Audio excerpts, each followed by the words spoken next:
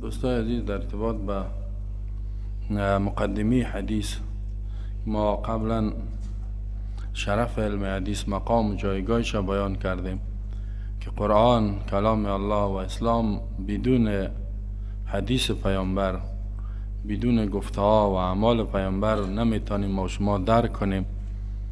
احادیث پیامبر صلی الله علیه و سلم یا سنت طریقی عملی اسلام است. عملا پیامبر صلی الله علیه و سلم به ما شما اسلام تعلیم داده. در ارتباط شرافت مقامش بسیار احادیث بیان کرد. فضیلت و برتری راوی حدیث، کسی که حدیث روایت میکنه چقدر ثواب ها داشت که پیامبر صلی برش دعا کرد که نظر الله امرا سمع مقالتی، الله تر و تازه داشته باشد همون شخصی را که میشنود سخنهای مرا و باز فحفظها، حفظش میکنه، خوب حفظش میکنه، و اداها کما سمعها، همون قسم به مردم میرسانه که شنیدگی است، یعنی از پیش خود که کم و زیاد نمیکنه. حال یک موضوع دیگه که پیامبر صلی الله علیه و سلم بر روایت حدیث یا نقل حدیث به دیگران، رسانیدن حدیث به دیگران، دعوت دادن مردم به حدیث پیامبر امر کرده است.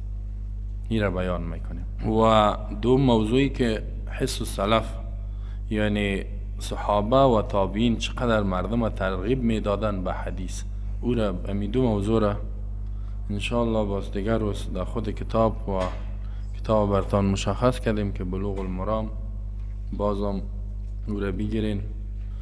یک حدیث سعیز در ارتباط از که پیامبر صلی الله علیه وسلم امر کرده که به شما قرآن حدیث برسانین.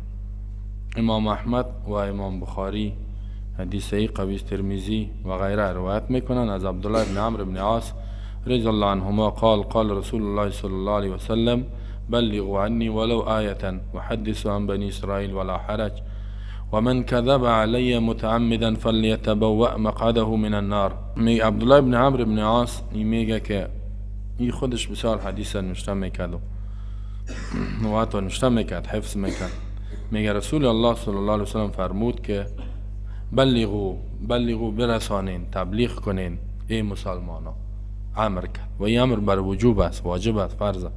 ولو آیتا، ولو این بر تقلیل، اگر که یک آیت هم باشه، یعنی اگر هیچ نیست یک آیت است، امور هم یعنی کمترین هم باشد برسانین. به حدیث خو میگه پیامبر امر کرده بود، جدی بود، یعنی آیت با وجودی که الله قرآن حفظ کرده ولی میگه بازم این را برسانین به مردم، یاد بگیرن. و تبلیغ چطور میشه؟ تبلیغ آیت که معنایش بفهمی، بدون فهم معنا آیت تبلیغ کردن نمیده. اگر بکنی مردم نمیفهم. مثلا اینجا یک آیت تو هم بخوانو چی میفهمه؟ نینال تبلیغ قرآن یا تبلیغ حدیث بدون فهمش ناممکن است. اگر هم تا میگه تبلیغی نی فلانی تبلیغی است و تبلیغی تا قرآن حدیث نفهمه تبلیغی شده نمیتونه و تبلیغش هم با صحیح نمیباشه. اگر تبلیغ هم کنه و تبلیغش صحیح نیست. پس غیر از اینکه الله پیامبر میگه که یا رسول بلغ ما انزل الیک، ای پیامبر برسان آنچه که به تو نازل شده من ربک، از جانب ربت. ما و شما را پیامبر امر میکنه بلغوا عنی، برسانین از طرف ما که یاد میگیرین ولو آیتن، اگر که یک آیت باشه.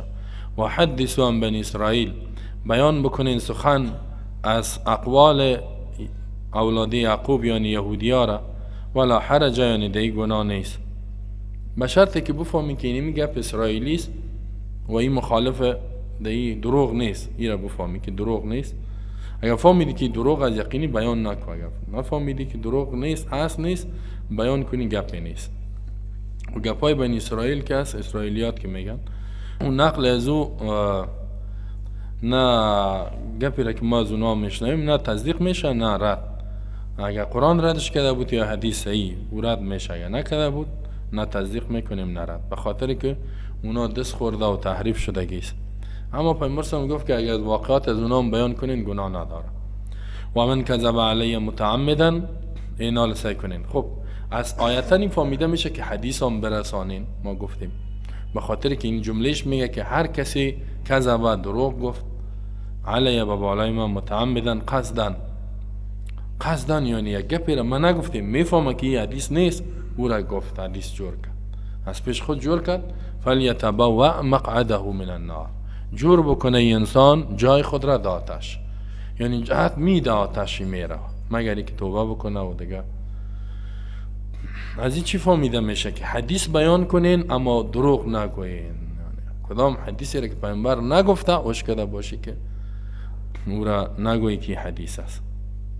یا یک مولوی صاحب حدیث بیان میکنه نمیفهمه، او هم در این گناه داخل نمیشه. اما اگر بفهمه که حدیث نیست یا ضعیف است یا منکر است یا موضوعی است، باید بیان کنه و بگویه که پیامبری طور گفت و ما مسئولیت داریم و یک مکلفیت و یک مسئولیت متوجه یک مسلمان به حدیثی که پیامبر نگفته بسازه و جایش در آتش است. و حال متاسفانه مردم از کم خود حدیث میگن که دروغ یا ضعیف است یا ثابت نیست. و امام طبرانی روایت میکنه ابی قصافه رضی الله عنه عن رسول الله صلی الله علیه و سلم، از رسول الله صلی الله علیه و سلم، بعضی گفته حسن است بعضی گفته ضعیف، می حدثوا عنی بما تسمعون، پیامبر صلی الله علیه و سلم میگفت حدثوا بیان بکنین با مردم عنی از ما بما تسمعون با آنچه که میشنوید، یعنی احادیث چیزی که من میگم میشنوید این را بیان کنید به دیگران. اونجا گفت که ولو آیتا آل میگه بما تسمعون آنچه که میشنوید، ولا تقولوا الا حقا نگوین مگر حق، هر جایی که هستین کلمه حق بگوین. قرآن و حدیث خو حق است، دیگه جای دیگه گپ باطل نگوین. و من کذب علی، کسی که به من دروغ جور کرد، بنی له بیت فی جهنم یرتع فیه، یعنی از فهمیده میشه که شما یاد میگیرین باید در خانه و فامیلتان برسن، به دیگر دوستایتان هر جای دعوت بتین مردم، امر کردگی است و این فرض است واجب است. و یسروا آسانگیری کنین، یا کسی نمیفهمه زود او را تاپا و ماپش نکنین که توستی مشرک هستی و ایستی مبتدی استی و گپت خراب است. نه اینطور نه، آسانگیری نمیفهمه. یک روز گپ بیان کردی قبول نکرد، قناعتش حاصل نشد، دیگه یعنی دوامدار سرش کار کنین، آخر قبول میکنه. ولا تعسروا، سختی نکنین، سختگیری نکنین سر مردم. یکم تا دنده گپ یک طور بیخی اسلام بیرون میکنه. و بشیرو، بشارت بتین، خوشخبری بتین به مردم، مژده بتین، یعنی تشویقشان کنین زیاد، آیتای بشارت فضایل. ولا تنفروا، نفرت ایجاد نکنین، مردم از اسلام فرار نتین. و اذا غضب احدکم، اگه غضب شد یکی از شما، یعنی که جانب مقابل که بحث کنی غضب میشی، باز میفعل یسکت، سکوت کنه، چوب باشه. دیدی که یک آدم بیخی جاهل است، غضبناک ساخت، چوب باش دیگه. یعنی تو نگو که او را باز مردم ما شما از ذره بی حوصله هستمی، زود دیگه تاپگک خدا میکشه، یک تا پیش میکنه، خلاص برو گپت خلاص شد.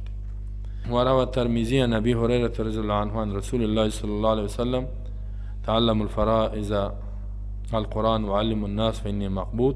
این حدیث هم امام ترمذی میگه حسن، بعضی میگه ضعیف است، محققین گفته ضعیف است. تعلموا الفرائض میگه فرایض یاد بگیرین، میشه در فضایل که یعنی فرایض چیست؟ فرایض اسلام یا علم میراث، القرآن، قرآن و علم الناس، به مردم یاد بتین، یاد بگیرین، یاد بتین. فینی مقبوض، به خاطر که من دنیا میرم، یعنی من همیشه نیستم که بر شما حدیث بیان کنم، همیشه قرآن بیان، من میرم و اگر میخواین که دین الله جاری باشد بر مردم تعلیم بتین، قرآن حدیث. یکی از علمایی که با وجود که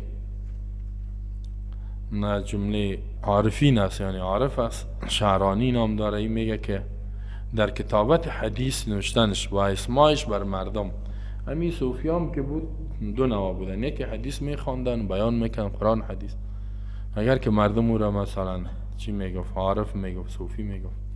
و یک گروهش هست که از قرآن حدیث دور است دیگه، اونوش برای نادرست روان است که از قرآن دور است از حدیث. یکی که با قرآن حدیث میرن رایشان صحیح است، اما یکم جا اشتباه دارن و اشتباهشان منهجشان صحیح است. بعضی یا زیاد بود که منهج صحیح داشتن، از این جمله همی شعرانی است.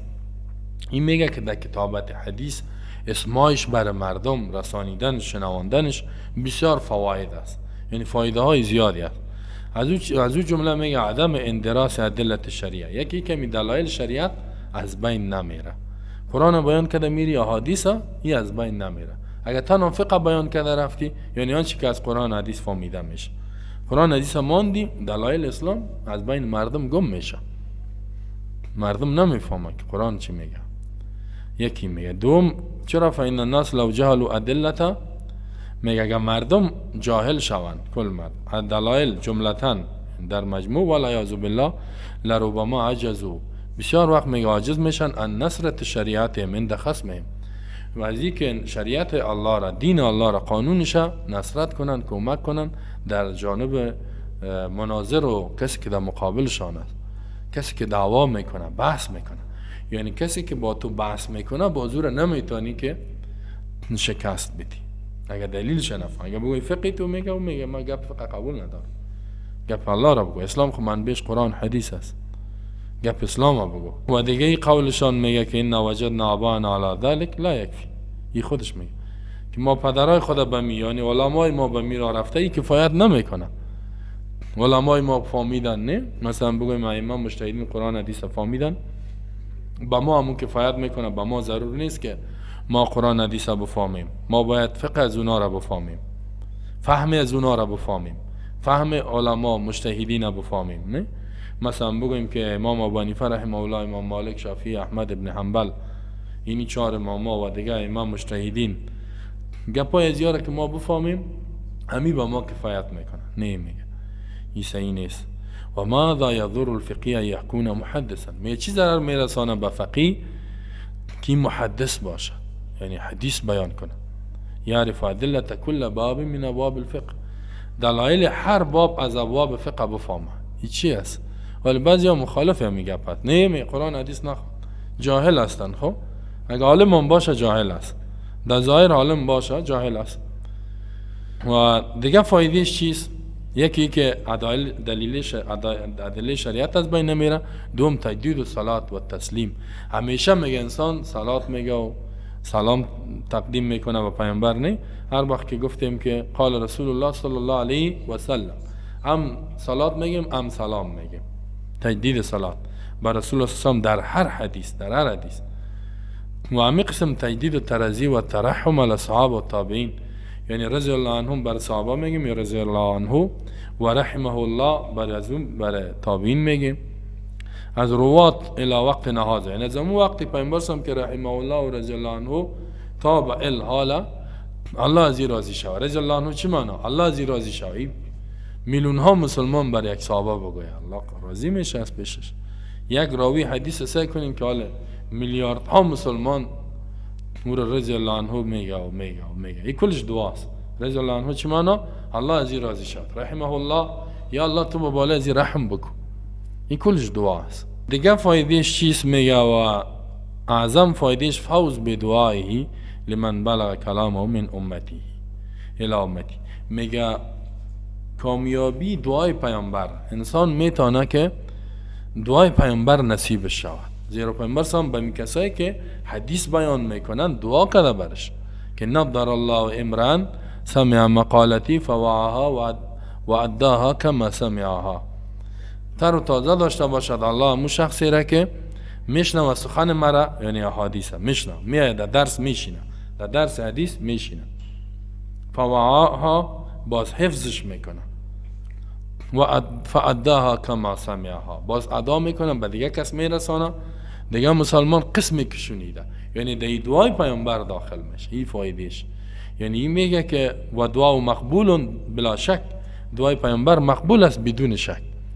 یعنی همین کسی که حدیث بخونه پیامبر سم برش دعا کرده که الله ایرا خوشبخت و تر و تازه و به ایمان به اسلام تازه داشته، یعنی که همیشه به اسلام عمل کنه و در دعای پیامبر حتمی داخله و دعایش قبول است. الا ما استثنى كعدم اجابتي في ان الله تعالى يجب بعث امتي فيما بينهم كما ورد، مگر اینکه الله یک دعایش میگه مستثنا کرده که قبول نکرد، و ایست که جنگ در بین امتش نباشه، این الله قبول نکرده. دیگه کل دعای پیامبر سم قبول شده، یعنی پیامبر سم این دعا را کرد که در بین امتم جنگ نباشه، الله گفت نه. دیگه یعنی امت خو جنگ در بین مسلمان ها می باشه و ایام یک عذاب الله است. البته همون مسلمانایی که به قرآن حدیث عمل کنن جنگ در بین اونا نیست. هر وقت از قرآن حدیث دور شدن به فساد رفتن، او یک جزا است که الله در قرآن یاد کرده قل هو القادر علی یبعث علیکم عذابا من فوقکم او من تحت ارجلکم او یلبسکم شیعا فیذیق بعضکم بأس بعض. اینال الله قدرت داره که از آسمان عذاب نازل کنه یا زمین خسف یا بیاد، یا را الله از ما دور کرده، یا شما را گرد و فرقه ها جور کنه، یکی تانه توسط دیگه تان جزا بده، یکی دیگر را میزنه و میکشنه بناحق. این نمیش میگه قبول نشده دیگه، دعای پیامبر هم قبول است. یعنی این فایده هایی که حدیث ما یاد با وجود خود از این صوفی است. میکان الاعمش رضی الله عنه، میگه اعمش یکی از تابعین است، رضی الله عنه صحابی است. میگه یقول، میگفت که علیکم بملازمت سنت، با بالای شما لازم است با ملازمت سنت، و علموها للاطفال فانهم یحفظون علی الناس دینهم اذا جاء وقتهم. با بالای شما لازم است به ملازمت سنت، که سنت التزام کنید، یعنی همیشه حدیث بخوانید، همیشه بخوانید بیان کنید، همیشه تا که زنده است. معلموها للاطفال، و احادیث برای اطفال یاد بده، اطفال تانه. ما شما خو در این وقت علمای ما حدیث نمیخوانن، می اطفال یاد بده، اطفال خداحافظ قرآن میسازیم، حدیث نه حدیث برای اطفال یاد بده. چرا؟ فانهم یحفظون علی الناس دینهم، زیرا اطفال میگه حفاظت میکنه به مردم دینشانه.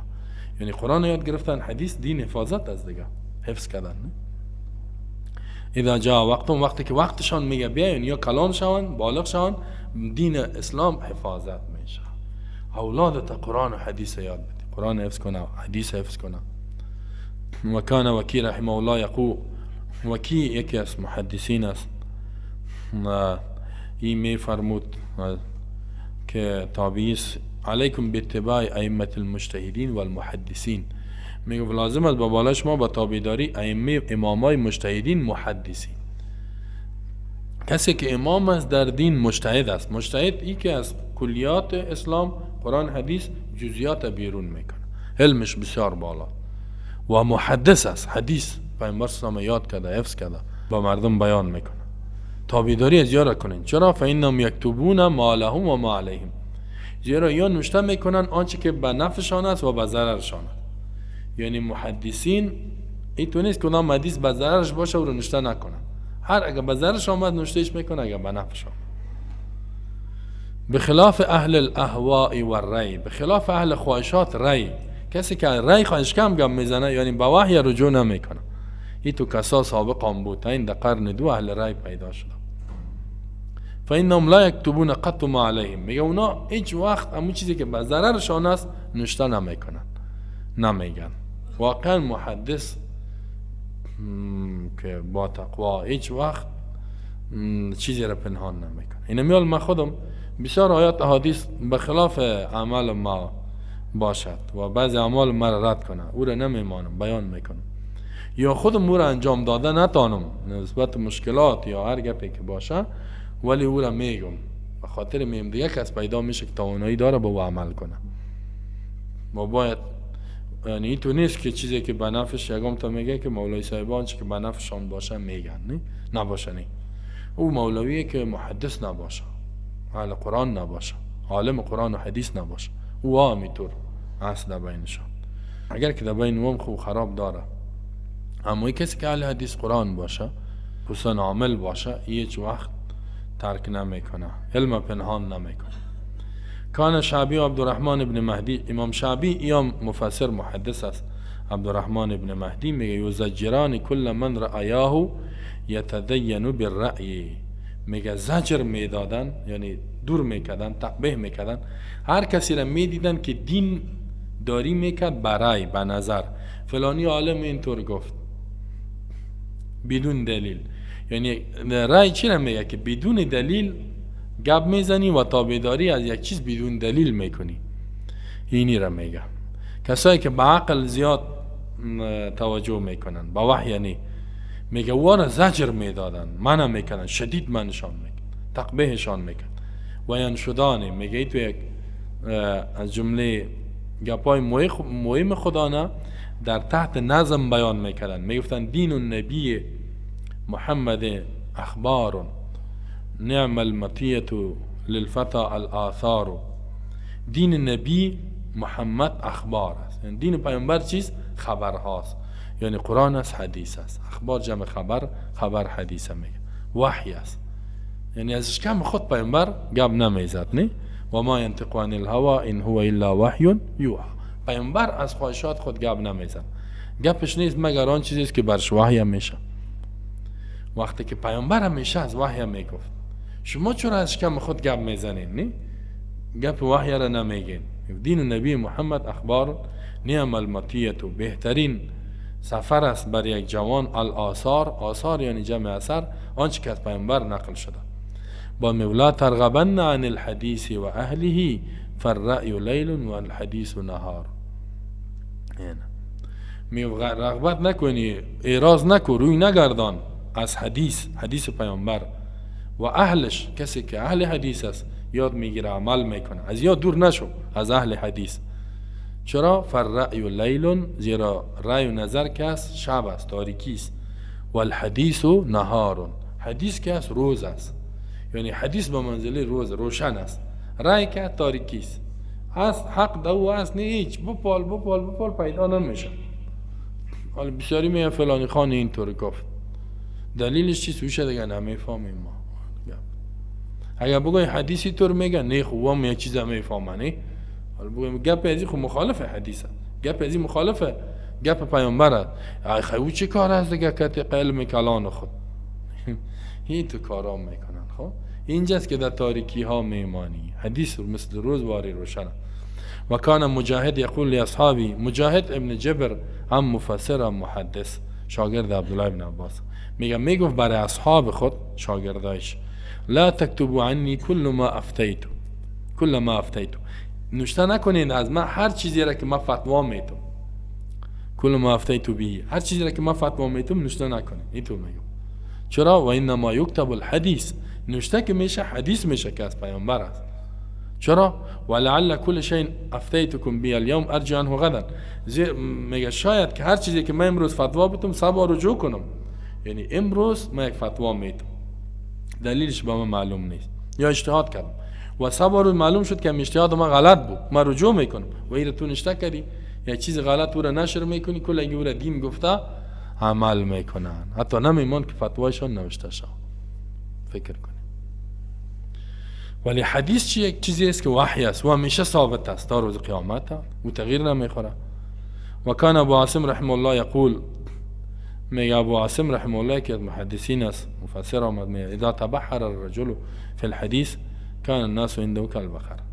میگه وقتی که یک انسان در حدیث خوب بفهمه، او مردمایی که از حدیث گپ نزنن، ازش کم گپ دین، میگه پیش و دیگه مردمایی که از حدیث گپ نزنن از وحی، میگه مثل بقر برش معلوم میشه، مثل گواری. یعنی گو هست، میگه اسلام مانده، دیگه چیزا گپ میزنه. اسلام قرآن حدیث است. وكان الإمام أبو حنيفة رحمه الله رضي الله عنه يقول إياكم والقول في دين الله تعالى بالرأي وعليكم باتباع السنة فمن خرج عنها ضل. میگه امام ابو حنیفه رحمه الله که مذهب مشهور در پاکستان، افغانستان اکثرش در این مذهب، میگفت که ایاکم، خدا نگاه کنین، هشدار، خبردار، والقول في دين الله تعالى بالرأي، گپ زدن در دین الله به نظر، به فکر، از فکر خود، از نظر خود، از اشکام خود گپ زدن، هوش کرده باشی، خدا نجات بدید. و علیکم به اتباع سنت، و لازم است به بالای شما تابعداری سنت، حدیث. فمن خرج عنها ضل، کسی که از بیرون شد گمراه میشه. یعنی کسی که از حدیث بیرون شد گمراه است. به می خاطر امام ابو حنیفه رحمه الله بعضی وقت به یک حدیث ضعیفه که اگر که مخالف قیاس است یعنی عقل است، به او عمل میکنه. مثلا یک کسی در نماز نه خنده قهقه کنه، میگه وضوش هم شکست، اگر نه تنها نماز فاسد میشه، نه میگه وضو هم دو بار یک حدیث ضعیفه، چون که حدیث بود نظر نمیده، میگه صحیح است، میگه چون که حدیث است من میگم که وضوش هم شکسته. یعنی به حدیث توجهش زیاد. ودخل عليه مرة رجل من أهل الكوفة والحديث يقرأ عنده فقال الرجل دعونا من هذه الأحاديث. دو وقت امی اهل رای در کوفه، ای خو امام ابو حنیفه رحمه الله از کوفه در موجه تولد شده و موجه زندگی کرده. پدرش میگن که نعمان ابن زوتی، یعنی پدر کلانش در میساهای کابلستان هم اینجا بوده، میگه در میسا زندگی میکنه، خودش در موجه تولد شده. میگه یک روز داخل شد یک مردی از اهل کوفه و حدیث پیش امام ابو حنیفه رحمه الله قرائت میشد، مردم حدیث میخوان. میگه یادم گفت که دعونا من هذا، بانین ما را از یه حدیث الا بتین، حدیث چی بیان میکنی؟ یعنی گپ فقه بگوین با ما. میگه فزجره الامام اشد الزجر، امام ابو حنیفه رحمه الله را زجر داد، زجر تقبیحش کرد، منش کرد شدید. چی گپی را زدی تو؟ میگه حدیث بانین، حال حدیث خو اشهد ان لا اله الا الله اشهد ان محمد رسول الله، این دوم جزء کلمه است. چه قسم توی گپ گفتی؟ بسیار تقبیحش کرد. می وقال گفت که له از برای می آدم لولا سنت ما فهم احد منا القرآن، اگر سنت نمی بود، حدیث نمی بود، هیچ یکی از ما قرآن نمی فهمید. واقعا حدیث است که ما قرآن فهمیدیم. قرآن از طریقش کم فهمیده میشه. یعنی دوم روایت که عزیز سوم مرتبه می قیل له مرتن، یک روز برای امام ابو حنیفه رحمه الله گفته شد قد ترک الناس على عمل بالحديث واقبلوا على سماعه فقال رضی الله عنه، یعنی گفت مردم عمل به حدیث ترک کرده. با امام ابو حنیفه رحمه الله گفت فقط میشنون عمل نمیکنن. چی کار کنیم؟ یعنی دمی کوفه و بغداد دمی عراق میتور است. می فقال رضی الله عنه گفت امام ابو حنیفه الله زیرا شارم نفس سماعهم للحديث عمل به، همی که میشنون اینی خودش عمله. یعنی خیر است اگه عمل هم نمیکنه بازم احادیث بیان کرده برین. این بانه شده نمیتونه که حالی کسی عمل نمیکنه چی میکنی؟ حدیث نه باز همی شنیدنش مهم است. و کان رضی الله عنه میبوت امام ابو حنیفه رضی الله عنه یقول لم تزل الناس فی صلاح ما دام فی من یطلب الحدیث، مردم همیشه در راه اصلاح و خوب روان هستند، در حالت خیر می باشه امت اسلامی، تا وقتی که در بین از اینا عالم باشه که یطلب الحدیث، حدیث طلب کنه، حدیث یاد بگیره. تا وقتی که حدیث در بین مسلمان ها باشه این گفت به خیر روان است. فاذا طلب العلم بلا حدیث فسدوا، وقتی که علم یاد کنن بدون حدیث فاسد میشن، خراب میشن، برباد میشن، از دین اسلام دور میشن. واقعیتش هم متورد. فعلا ما شما یعنی اکثر ما از احادیث خود دور کردیم، فاسد شدیم، اسلام نمیفهم.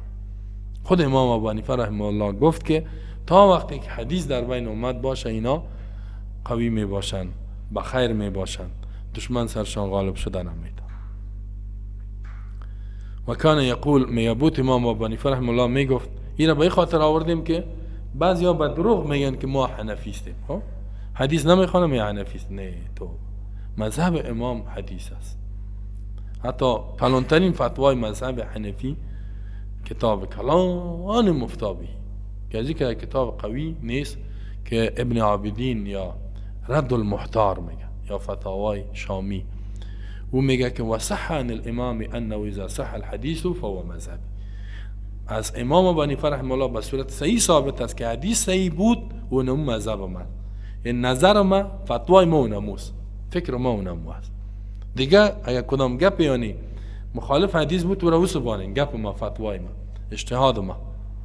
حالا حدیث قرآن یک گام جای بخوانی و میکشنده، میگه ای قرآن میخوانه حدیث ای از مذهب برآمده بکشش. حالا ما که میگیم که ما اصل مذهبیستیم، حنفیستیم، مالکیستیم، شافعی، کل ائمه می مذهبشان حدیثه، ما نمیگیم که نیستیم. یعنی هم حنفیستیم، شافعی، مالکی، چهار مذهب اهل سنت کلش هستیم. به خاطر کل از اینا مذهبش چی بود؟ حدیث. حدیث صحیح، فتوا هر کس میگه به حدیث پیش کنین صحیح بود قبول کنین، نبود نه. حالا اصل مذهب ما مینمیست، اما در بین مذهب دیگه جور کردن پسان مردم 300-400 سال بعد از امام ابو حنیفه رحمه الله در بین مذهبش دیگه مذهب جور کردن. و دیگه مذهبی هر چیزی که عالم سابق گفت یا امام صاحب گفت اگر موافق حدیث اصل نیست ما قبول داریم. حتی که امام ابو حنیفه رحمه الله هیچ خبر نیست، پسان به نام حنفی یک عالم دیگه آمد گفت من حنفیستم، آلو فتوا داده، نظر او را میگه قبول نکرد یا مذهب بیرون است. امام خوبان یعنی در بین مذهب دیگه مذهب جور کرده. ما که هستیم مخالف اینی گپ هستیم، تحریف کردن مذهب امام ابو حنیفه رحمه الله. مذهبش چی بود؟ حدیث بود. یعنی حدیث اگه نباشه از وحی دور از دیگه. این بسیار یک گام تا میخواه که گپا را بگویه ولی در حق امام خیانت میکنه. میگه امام ابو حنیفه رحمه الله میگفت که لا ینبغی لاحد ای یقول قولا حتی یعلم ان شریعت رسول الله تقبله.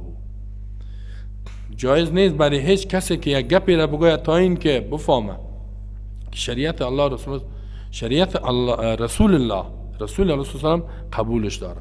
یعنی تا که نفهمیده که شریعت رسول الله را قبول کرده، حق نداره که دیگه گپ بگویه یا گپ دیگه را قبول کنه. یعنی هر گپ هر عالمه که ما میشنویم باید ببینیم که در این حدیث پیامبرم این گپ گفته تایید کرده یا نه. اگر خو حدیث باید باشه. این گپایی است که یا اذا سهل حدیث فهو مذهبی نه، یا امام ابو حنیفه رحمه الله میگه که در بحر الرایق یک کتاب دیگه کلان شرح کنز الدقایق در مذهب امام ابو حنیفه رحمه الله یا حنفی است، و میگه که امام میگه که لا يحل لاحد ان يفتي بقولنا ما لم يعلم من اين قلناه. حلال نیست برای هیچ کسی که فتوا بده به قول ما تا که نفهمه که ما این از کجا گفتیم. اون تا که منبع گپ نفهمه فتوا حرام است. منبعش چیز قرآن حدیث. خب این خو گپای امام ابو حنیفه رحمه الله بود و یه سلف صالح است. امام مالک رحمه الله چی میگه؟ مذهب دوم به حساب مذاهب اربعه اهل سنت، 4 مذهب چهارگانه اهل سنت. امام ابو حنیفه رحمه الله در عمر در سن بالا بود که در سال 80 پیدا شده و 150 دنیا رفته، 80 هجری. بعد از این امام مالک است، یعنی به حساب عمر. امام مالک رحمه الله چی میگه؟ میگه که ایاکم و رأی الرجال الا ان اجمعوا علیه. خبردار از رأی مردم علما خود دور کنین مگر که اجماع کرده باشن. یعنی کل علما دو وقت علما کی بود؟ یعنی ائمه مجتهدین اتفاق کردن او صحیح. در غیر از او از نظرهای ائمه مجتهدین یعنی او را حتمی قبول نکنین. چیکار کنیم؟ اتبعوا ما انزل الیکم من ربکم. تابعداری کنین آنچه که نازل میشه بر شما مسلمانان من ربکم، یعنی قرآن، و ما جاء نبیکم، و آنچه که از پیامبرتان آمدگی است حدیث. ازی یعنی تابعداری، یعنی او علما اگر نظر میته دلیل از قرآن حدیث نداره تابعداریش نمیکنی مگر اینکه کل ائمه مجتهدین اتفاق کرده باشه. تابعداری چی را میکنی؟ قرآن حدیث را میکنی. اگر در قرآن حدیث نیست باز میگه و لم تفهموا المعنى، اگر معنا را از قرآن حدیث نفهمیدین فسلموا لعلمائکم، بازی را بسپارین به علمایتان او را پیدا میکنه. ولا تجادلوهم فإن الجدال في الدين من بقايا النفاق.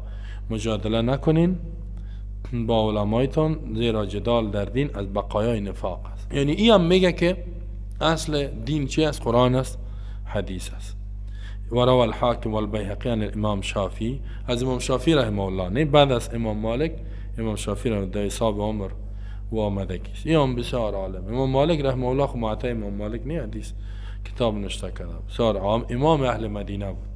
در مدینه شهر رسول الله صلی الله علیه و سلم زادگاه پیامبر شهرت داشت. قال قبرش هم موجه دفن است. امام شافعی رحمه الله قریشی است. یا بسیار کلان عالم کامل چقدر مسلمانان در مذهب عزیز هستند. این امام حاکم بیهقی از امام شافعی روایت میکنه انه کان یقول، میگه همیشه میگفت امام شافعی اذا صح الحديث فهو مذهبی، حدیث که صحیح باشه اونم مذهب من. فتوا میداد در یک موضوع که دلیل صریح، ولی میگفت که حدیث در زیر دو کل حدیث جمع نشده بود، حدیث که صحیح بود اونم مذهب است. هر وقت که حدیث پیامبر رسید به او عمل کن. ابن حزم یکی از علمای بسیار جید و بزرگ است، میگه که اذا صح الحديث یعنی ای صح عنده، به نزد خودی صحیح باشه، عند غیر من الائمه، یا دیگه ائمه صحیح باشد به او حدیث عمل کنین. حدیث صحیح باشه به نزد ائمه حدیث. و در روایت ازی فهمیده میشه صح الحدیث، اگر حدیث صحیح نبود به او عمل نمیشه. کلشم صحیح باشه. صحیح و صحت حدیث 5 شرط داره، باز ان شاء الله اگه شد پس اونا میگذرم. و در روایت دیگه میگه امام شافعی رحمه الله گفت که اذا رأيتم كلام يخالف كلام رسول الله فعملوا بكلام رسول الله واضربوا بكلام الحائط. وقتی که میگه دیدین گپ مرا، فتوای مرا، نظر مرا یخالف کلام رسول الله، مخالف بود با کلام رسول الله صلی الله علیه و سلم، چی کار کنین؟ فعملوا بكلام رسول الله صلی الله علیه و سلم، عمل کنین با کلام رسول الله صلی الله علیه و سلم. واضربوا بكلام الحائط، بزنین گپ مرا در دیوار. یعنی گپ ما ارزش نداره، گپ ما زمانی ارزش داره که در روشنی قرآن و حدیث باشه.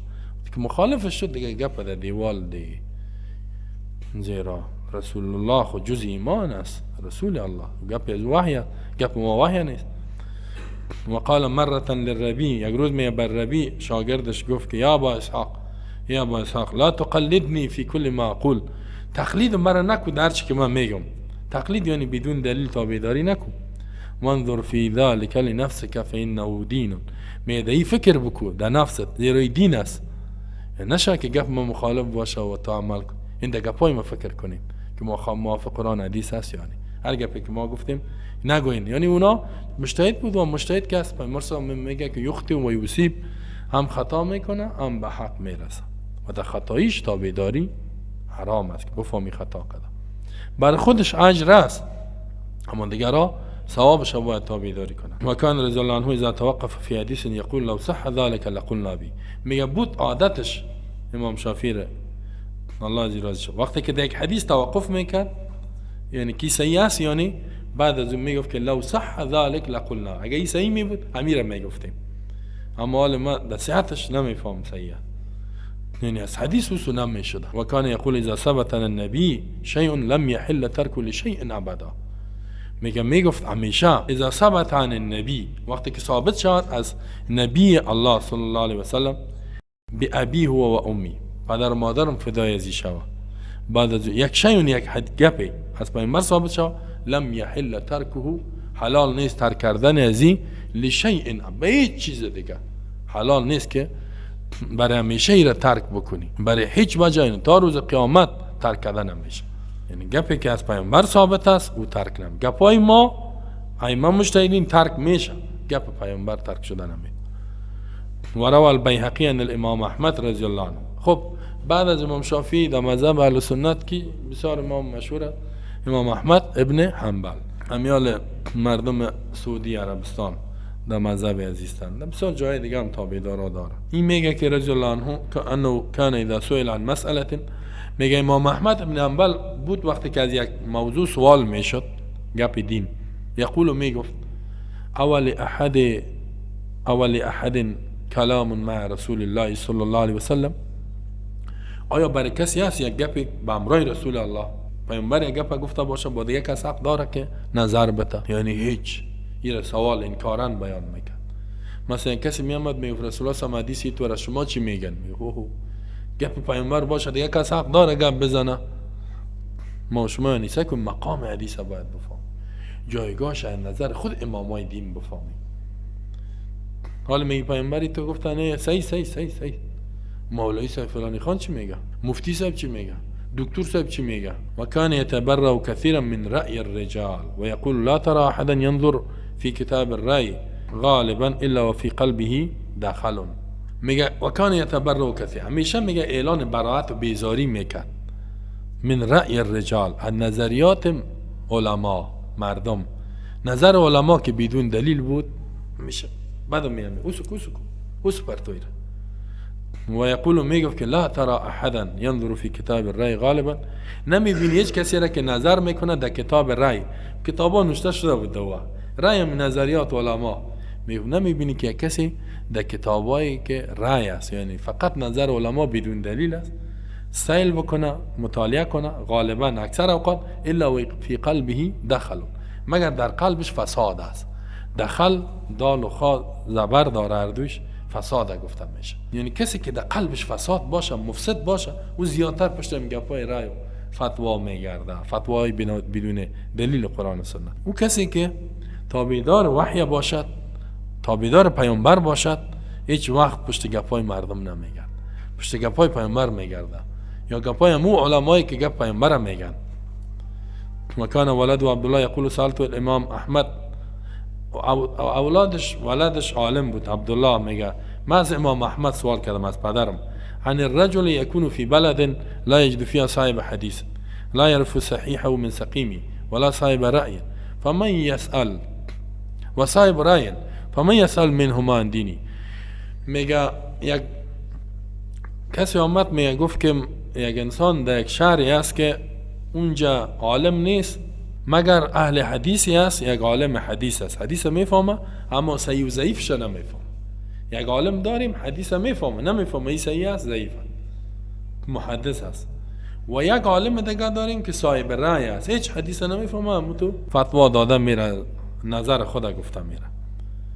فمن یسأل منهما عن دینی، از کی سوال کنه از امی دو عالم؟ از عالمی که حدیث میفهمه اما صحیح و ضعیفش نمیفهمه، و یک عالم دیگه است که هیچ حدیث نمیفهمه اما رأی میفهمه، نظره. از کی سوال کنیم؟ فقال گفت که یسأل صاحب الحدیث، سوال شود از صاحب حدیث، همو عالمی که حدیث میفهمه. ولا یسأل صاحب الرأی، صاحب الرأی کسی که نظر ازش کم خود میته و فتوا، از او سوال نشه، از او سوال نکن دینت. چرا؟ و بلغنا ان شخصا استشار فی تقلیب احد من علماء عصری، میگه به ما رسیدگی یک نفر بچه فرزندش میگه مشوره کرد با امام احمد در تقلید یکی از علمای عصرش. دمی علمای زمانی ما یک عالم تقلید میکنم خلاص، یعنی گپ یک عالم قبول دارم دیگرها را نه، همین گپ چطور است؟ فقال گفت امام احمد ابن حنبل رحمه الله لا تقلدنی، مرا تقلید نکن، با وجودی که خو این قدر این رئیس المحدثین میگن. مثال حدیث که حتی یک سوال کرد از امام احمد ابن حنبل که یک کسی 100,000 حدیث یاد داره، فتوا بته یا نه؟ میگم تو دل و نادل گفت که بته یا نه، یعنی به یقینی نگفت فتوا بده، 100,000 حدیث حفظشه. گفت لا تقلدنی، گفت تقلید مرا نکن. همین آدم گفت یعنی تقلید چی نمیه؟ بدون دلیل، دلیل ما را که نفهمیدی گپ ما، فقط محض گپ ما را تابعداری نکن. ولا تقلد مالکا، و امام مالک هم تقلید نکن. ولا الاوزاعی، و نه امام اوزاعی. اوزاعی امام اهل شام بود، این سوریه دمشق میگن. ولا النخعی، و نه امام نخعی، هم در عراق بود. ولا غیره، و نه غیرش، مثلا امام ابو حنیفه رحمه الله و غیره و غیره. و خذ الاحکام من حیث اخذوا، بگی احکام از اون جایی که اونا گرفتن، اونا از قرآن حدیث گرفت، شما هم بگیرین. البته در باز شعرانی میگه این محمول برای کسی قدرت به استنباط احکام داره، یعنی میتونه حکم از قرآن حدیث بفهمه. ده اجتهاد شرط نیست حکم از قرآن حدیث فهمیدن، یعنی متبع کسی که عمق میفهمه که یعنی قرآن است و یا علما کلش آل خاصان شده، نظریات کل علما ائمه مجتهدین، میبینی کدامش دلیلش قوی است، این ترجیح داده میتونه. اینمی گفت از جای بگیرین که ما گرفتیم، یعنی این علما از کجا گرفتن؟ از قرآن حدیث شما بگیرین، کس توانایی داره. هر کسی بیخی عامی است برای از اون مثلا هیچ چیز نمیفهمه، و اگر گپ یک عالم قبول کرد دلیلش خود نمیفهمه، زمانی که فهمید که گپ از این مخالف قرآن حدیث است باید ترکش کنه، اگر ترک نکرد باز در خطر میاد. و همین قسم شعرانی میگه که ما سمعت سید علی الخواص رحمه الله يقول ليس مراد الاكابر من حسم العمل على موافقة الكتاب والسنة الا مجالسة الله ورسوله في ذلك الامر لا غير، فانهم يعلمون ان الحق تعالى لا يجالسهم الا في عمل شرعي. میگه ما علی خواص شنیدم که مراد اکابری نبوده که ترغیبشان به عمل با موافقت کتاب و سنت، فقط همی بوده که مجالست الله و رسول، یعنی همیشه حکم الله را بشنون، از پیامبر را بشنون، دیگه هدف نداشتن. میگه یا میفهمیدن کسی که با الله و رسول یعنی کتاب الله را میشنوه، حدیث ای زیاد عمل میکنه، اما کسی که از این دور است، مبتدی یعنی از قرآن نمیفهمه یا خلاف قرآن حدیث عمل میکنه، او را دین میگه که از اینا نشست نکنین، از این مردم ها دور شوید. پس از این چی فهمیده شد؟ ما گفتیم ترغیب سلف صالح در فهم حدیث، یعنی حدیث یاد گرفتن، دین از منبع اصلیش یاد گرفتن، قرآن حدیث. تماما ائمه مجتهدین هر چهارش گفتیم اتفاق دارن. و می خاطر یکم تا میگه که تومت میکنه، میگه یا مذهب قبول ندارن، نه مثلا مرا میگه یک تا دیگر را میگن، نه کی گفتیم ما نداریم؟ هیچ وقت نگفتیم. ما 200 بار گفتیم قبول داریم، هر 4 امام قبول داریم. اما همون گپایی که خود ما گفتن، خودشان گفتن که گپ ما را ببینین، فتوای ما را ببینین، درس های ما را ببینین، اگر موافق قرآن حدیث بود عمل کنین، اگر نبود خودشان گفتن ما بشر هستیم اشتباه میکنیم، بازو دتی والدین و با قرآن حدیث عمل کنیم. ما هم حنفی امام ابو حنیفه رحمه الله امام بود، مجتهد بود، بسیار خدمت کرد، بسیار زحمت کشید و نمیگیم که ما به او میرسیم. امام مالک رحمه الله امام کوفه، امام عراق است، امام ابو حنیفه رحمه، امام مدینه امام مالک رحمه الله، امام مکه مصر و غیره امام شافعی رحمه الله، امام شام امام اوزاعی رحمه الله و امام سعودی و اینجا امام احمد رحمه الله. حتی امام عراقی در عراق بود زندگی میکرد امام احمد بعد از امام ابو حنیفه. کل از یا خدمت کرد، کلش نور چشم ما، بسیار زحمت کرد، علمشان بسیار بالا بود. اینا که ما اینطور نمیگیم که پشت یکی از یارا بریم مثلا تنها امام احمد قبول کنیم فتوایش دیگه شبانیم، نه، این کار ما میگیم نکن. هم امام ابو حنیفه هم امام، هر کسی که موافق قرآن حدیث دلیلش هست. و این هم نمیگیم که تنها امام ابو حنیفه رحمه الله هر چی که گفت قبول کنیم دیگه شبوس کنیم، بلکه از هر کدامی گل هاستن، مثل که در باغ گل های مختلف، هر کدام گل های خوشبو از هر کدامش استفاده میکنیم، هر چارش قبول داریم. تماما ائمه مجتهد، خود 4 تا 5 تا 6 تا مشهوره، هر امام مجتهد، هر عالم بر حق قبول داریم، دوستش داریم. ولی مردم ما ایران میمانی تومت میکنن و این مذهب امام است. مذهب امام ابو حنیفه رحمه الله چی بود؟ اینمی بود. در بین مذهب دیگه کشیدن، تومت میکنن، این طور است، شما را قبول ندار، شما را یکم تا رو ببینیم مثلا به حدیث عمل میکنیم، تو در مذهب امام ابو حنیفه رحمه الله چی بدی دیدی؟ حالا ما کی گفتیم ما هیچ بدی ندیدیم، چرا عمل نمیکنی؟ عمل میکنم. کو این خو اینمی عمل است. امام صاحب میگه که حدیث صحیح بود اونم مذهب من. حتی تو برام فتوای شامی را بخوان، میگه اگه یک روز یک کسی به مذهب امام شافعی بخونه نماز خدا، دیگر روز به مذهب احمد ابن حنبل، دیگر روز به امام مالک، اما به شرطی که در کل اعمالش حدیث باشه، میگه ای از مذهب امام ابو حنیفه رحمه الله بیرون نمیشه. تا پیش نکو که به مذهب خراب یک تاپه دی به مذهب شد. تاپای بعضی ها فرق میکنه، او تاپای از مردم همی دا به مذهب دی میگه. سوک چه مذهب نلری، دین نلری، چی قوا ویلا رحمه نیستیم به مذهب. استغفر الله. دیگه الله به ما شما توفیق فهم صحیح دینه نصیب کنه و تومتا و بهتان ها ما شما را دور کنه انشالله. دیگر روز ما شما یه گپ ها مهم بود که شما حدیث یعنی بفهمید. صلی الله علیه و محمد و علیه کتاب بلوغ المرام انشالله شروع